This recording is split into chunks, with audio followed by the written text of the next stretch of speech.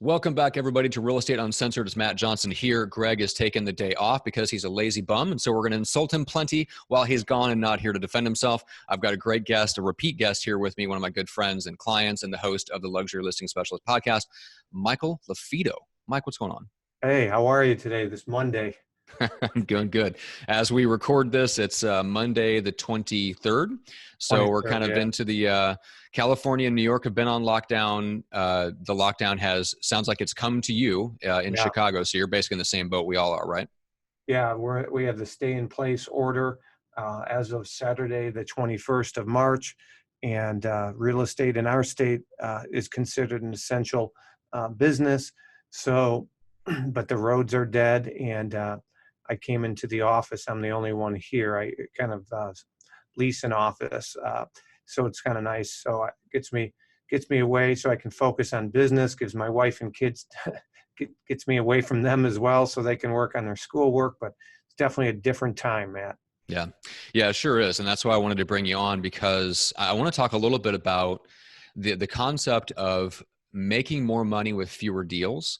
Because what you teach people how to do is essentially how to not just break into the luxury market, but even just the high end, and just, let's say double your average sale price. And then the luxury end would be triple the average sale price, right? So it's not just about going after multi-million-dollar homes. It's really about like start where you are and just look at, can you get into listings that are double the sale price of the ones that you're doing now? So I want to talk about it from that point of view. Sure. And what you're seeing and some of the benefits and what is going through the heads of the home sellers in the high end and luxury markets right now, because I think it's still a great time to get into it. And I think you'd probably agree, but I want to break down, why is this still a good time?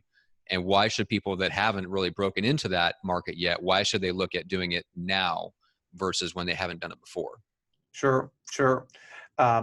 So, you've heard the old adage, don't put all your eggs in one basket. So nothing has changed, whether we are recording this in January, or February when the stock market hit the peak. I mean, nothing has changed as far as diversification, right? So a financial advisor would tell you to diversify your portfolio of assets, right? So liquidate some high risk, low risk, long term, short term. Of course, that conversation might be different if he's talking to your parents or my parents and they're getting ready to retire. They want lower risk at that point. But if you're an agent, broker owner, a team leader, and you currently sell a lot of average price properties or entry level starter homes, I do think agents should diversify and add some high-end and luxury properties to their portfolio, even in a difficult market, even in those markets, if they're not selling quickly and it takes longer days on the market, Matt, I still think it's something that agents should do. Yeah. And when you're talking to home sellers that are more affluent, there are a lot of executives, a lot of business owners, a lot of high income professionals. What are you seeing when you talk to them in this time? Is their mentality any different versus at other times? Are you modifying in any way kind of how you're talking to them about what's going on in the market right now? Well, the key is, of course, always be honest, but be empathetic and know your clients, right? Know their why, understand why are they selling. And so, high net worth individuals are no different than entry level individuals as far as right now, this is an unknown time. It's unprecedented. So being empathetic, listening, being there for them, being a consultant, advisor versus a salesperson is always the case.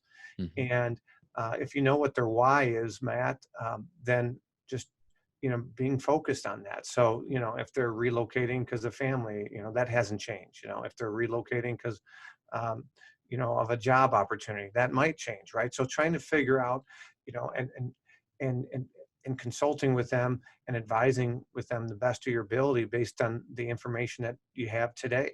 Mm-hmm. Do you think with this particular kind of uncertainty, I know with uncertain, like levels of uncertainty in the past, when we had certain times, like after the initial crash, like what it did, one of the side effects is that it washed out all the people that weren't really serious about selling or buying, for that matter, is it kind of washed them out of the market, and they essentially took themselves off the table by their own hesitancy. And I can see that kind of thing happening right now. Like I think about my parents who just, bought a new home last year.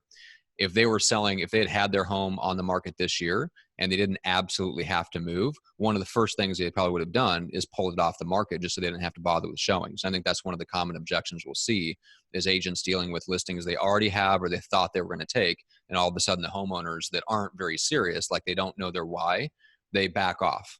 Mhm. But to me, that leaves the people that are still out there and still need to get something done. So it's not that they're not out there. We just got to find them and figure out what their why is. Does that sound about right? Yeah, I would say so. I mean, in the last week, I've had a $2 million seller pause. He wasn't on the market yet, but he said, Mm-hmm. let's just wait. I have all my, he's a partner in a law firm. Said, Mm-hmm. we are having our employees work remotely, and I just want to pause a little bit to figure out when or what the dust settles looks like, when it Mm-hmm. does settle. And so, but on the same token, just 2 days ago, I got an offer on a property that we have, right? And so I have a closing tomorrow. So, Mm-hmm. life is what drives real estate. There's definitely some uncertain times right now. And I do think, that you're going to see a decrease in activity. There's an app, and I'm looking it up on my phone because I did a screenshot, but there's an app out there that many MLSs um, and real estate agents are familiar with. It's called Showing Time, Mm-hmm. and that's where many people will schedule showings through their MLS. And so they offered statistics locally here in Illinois. They actually had it for all the states that they're in. They're not in all 50 states, but call it half of them. Mm-hmm. And in Illinois, um, we, we have 46.3% less showings um, compared to last year at this time, and we have Mm-hmm. 43.9% less showings versus the peak, which was, you know, I guess for us the peak was, the first week of March. So we definitely have been hit hard with showings, Mm-hmm. have decreased, but again, for those buyers that do have to buy, Mm-hmm. they can cherry pick deals even more, because if sellers keep their home on the market, they're realistic sellers, they're motivated sellers that they Mm-hmm. want to sell. Again, there's going to be your percent that don't, right? Just like any, but I do think if it's a buyer and you have to buy, it's a great time to buy. And Mm-hmm. if you're a seller, it's a great time to sell, because many people are going to be taking their home off the market. I tell that, just this conversation is no different, Matt, than every market's different, but it's no different than when a homeowner says, do I want to put my home on now during the slowest time? So the slowest time in the Chicagoland market is during the holidays, which is Mm-hmm. probably the case for most people. But I tell people, hey, if you keep your home on the market during the slowest times, and if there is a realistic buyer looking in those times, would you rather be one of 5 homes in your market on the market, or one of 25 on the market? I'd rather be one of 5, a 20% Yeah. chance, versus, whatever, 2.5%. So Mm-hmm. again, if you do have to sell, there's less competition during these uncertain times, because many people are putting it to the status, temporary off the market, or Mm-hmm. no showings, or they're canceling their listings. Right. Yep. And that makes complete and total sense. So, yeah. So, in other words, just to sum up, it's still a great time to jump in terms of like raising your average sale price, going after high end and luxury sellers. There's still people that life circumstances are dictating that they have to do something, but it's really important to get down to the why so that you understand that correctly.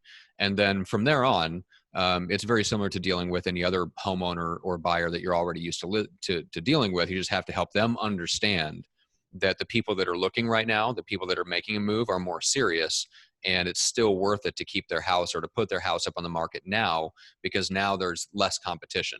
That doesn't mean they have to have people traipsing through their house all the time. So what's the disadvantage of getting the home up on the market and seeing what happens? Because if you do get an offer, at least it's way more serious than it was if the market was quote unquote hot. That's very accurate. That's fair to say. And for an agent, it's really important to have a good digital footprint, a good online marketing presence, and a good Mm-hmm. online marketing plan, because people are going to be just like the Tinder app, right? That people swipe left and right on your listing. So you got to have amazing photos, and video or 3D walkthrough is important. I'm representing a big subdivision here in Illinois from Pulte Homes, a national builder, and we're doing daily open houses Now, again, they only have one model home and they have set hours for that model home and it's appointment only. Hmm. Uh, 80% of the subdivision is empty with no lot, just lots, nothing built on it. So, but we have proposed homes on these lots and we have the pictures online of models they built elsewhere. Hmm. And so we're doing daily open houses on these, Matt.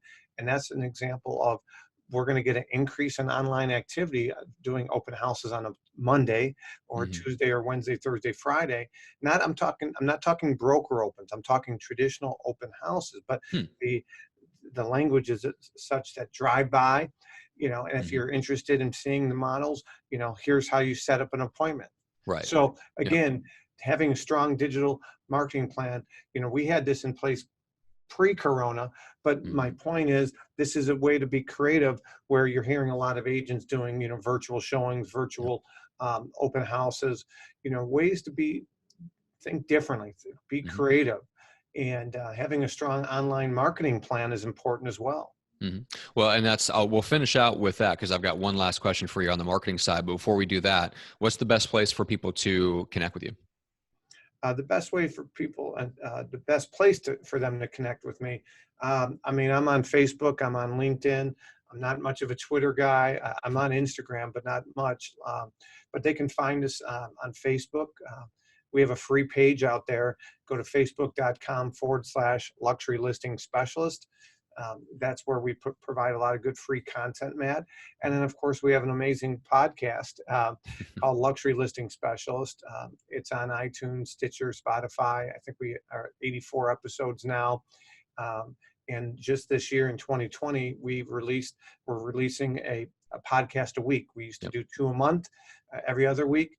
In other words, now we're doing 1 a week or 4 a month. So one podcast is more content based. It's just from me speaking, giving nuggets, a nugget, 3 to 5 minutes, simple. The Hmm. other week is around 30 minutes in length, where we're sitting down with an expert, a luxury agent, a influencer, and Hmm. we just follow that format. So 4 a month, and they can find it. They can go to luxurylistingpodcast.com or find us on iTunes, Stitcher, or Spotify. Cool. All right. And then, so the final question I have for you is if you took a listing today, especially if it was a true luxury listing, like a unique property, um, given just the uncertainty that we're in, is there anything creative outside the box, different? Is there any new technology you might try, or a new approach that you might try with listing a home today in this market? For me personally, no, I'm doing it, but I'm always open to ideas, right? So part of Hmm. our designation, luxury listing specialist, it's not just, hey, this is Michael LaFido's system. I mean, these are systems and best practices of agents from big franchises, independents, internationally. We just helped Keller Williams Mexico launch their luxury division a few weeks back. I Very was in cool. Canada about a month ago now. And so these are best practices from big brands, small brands. And so the same thing I will tell you is, I'm always open for new ideas, right? They say the teacher learns best, right? And success is a journey, not a destination. So I'm always looking to get better. Mhm. But I don't have some magical bullet for your audience right now. I'm not one of those guys to say it's in the book, it's in the designation, but we do teach best practices throughout. Nothing is really earth-shattering new that I can share with you today that isn't in what we already teach. But I will tell you that having a strong online presence, having amazing photos, showcasing the best features of a home, Mhm. downplaying the least favorable. I can't tell you about a third of the homes that I go through online. Agents are missing key information or they're not Right. highlighting the best features. So, you know, that's even more important today where people might not physically get out the house as much. They're Yeah. going to take digital walkthroughs. And I'm a big believer in video Mhm. over the 3D walkthroughs, but on All some right. of these 10,000 plus square foot homes, I do recommend both. Okay. Yeah, that's more of what I was getting at was with that sort of thing, and if there was any interesting options, because we had Jeff Cohn on the show here a couple weeks ago, and he's experimenting a little bit with virtual reality, and it's a combination of that and Matterport and some 3D imaging, and there's some interesting things that might be coming down the pipeline. Sure. Um, but yeah, I do think the video walkthroughs are going to be more important, and just Hmm. making sure the pictures put the best features in the best light. Because yeah, I think we're just going to have more people doing more swiping left on houses and getting really, really picky on which ones they want to go see, because yeah, now they're having to make an appointment. They can't just show up in an open house and nobody knows who they are. They got to talk to somebody. So like raises the barrier for what they have to do to get in to see a house. And so I think, yeah, just the pictures and video are more important than ever. Yeah, I mean, we're you know, you have to be careful with being selective and pre-qualifying people. But what I'll tell your audience is diversify your portfolio, add some high-end and luxury properties, even if you haven't sold any. So there's tons of great free resources out there, you know, podcasts and free reports, and familiarize yourself. Go to, you know, once the market returns, and you could go to some of these broker opens that are in price points that you're not comfortable with, go to those, right? But in the meantime, get the education online through podcast or, you know, like I said, online resources, but really grow your knowledge, because when you grow your knowledge, your confidence will grow, and you're more likely, Matt, they're more likely to add some of those high-end and luxury properties, you know, to their portfolio of homes they represent, you know, and that's going to be really, really important. Don't worry about, well, man, my batting average is I go on 10 listing appointments and I get all 10. And if I add some of these unique properties or some of these areas in these zip codes I'm not familiar with, maybe my batting average won't be as high. Don't worry about that. You can overcome that objection easily when you're meeting with the seller. I once had an agent tell me, and they've been licensed for, you know, 20 plus years, that they've never taken a listing that didn't sell. In other words, 100% of every listing they've ever taken in their career sold, and they're Right. worried about going after some of these difficult properties because that would mess up their batting average. I said, listen, it's not going to be easy. Some of these marketplaces do take longer to sell these high-end and luxury properties and more time and energy. But I use the word slack adjuster. The slack adjuster will help make up, you know, when you sell one of these multi-million-dollar properties, it helps make up for a couple lean months as well. And it just, you know, so we have a, you know, $950,000 closing tomorrow. I have a 750. I have a 2.5 coming up. We had a 2.2 recently. That helps bridge the gap during some slow months as well. And you get a better return on your investment and your impressions that way. Yeah. And again, yeah, and it's definitely something that you can really lean into on social media and be talking about in this time. If you've got that kind of, if you're previewing those properties, if you're talking about them online, if you happen to list one and you've got something to talk about, like I said, yeah, it's a great way to keep your profile visible and show that, like, hey, things are still happening. People are still making deals. People are still moving. So, all right, Mike, thank you so much. You want to be relevant in this slow time as an agent. So, you know, we didn't talk about this too, but you could create, you know, content videos as an agent. I'm a big video guy. So, you know, staying relevant to your database is even more important today, where people won't be able to see you out and about at the gym or in the community, or maybe at open houses doing Facebook Live videos. So stay relevant, check in with your past clients, your current clients, your database is even more relevant today, Matt, than any time ever before, maybe since 9/11. Yeah, agreed. All right. Well, super fun as always. And hopefully people check out the podcast, Luxury Listing Specialist, and get all of your resources as well. You've got a couple of books, you've got the digital certification, you've got all the stuff. Basically, if anybody wants to go down this track, like you are the guy, that's where they need to start, and that's where it ends. So hopefully people go and check it out. And everybody, thank you so much for joining for today. Make sure to go out and yell at Greg for not showing up today. Send him a Facebook message, and we'll see you guys on the next episode.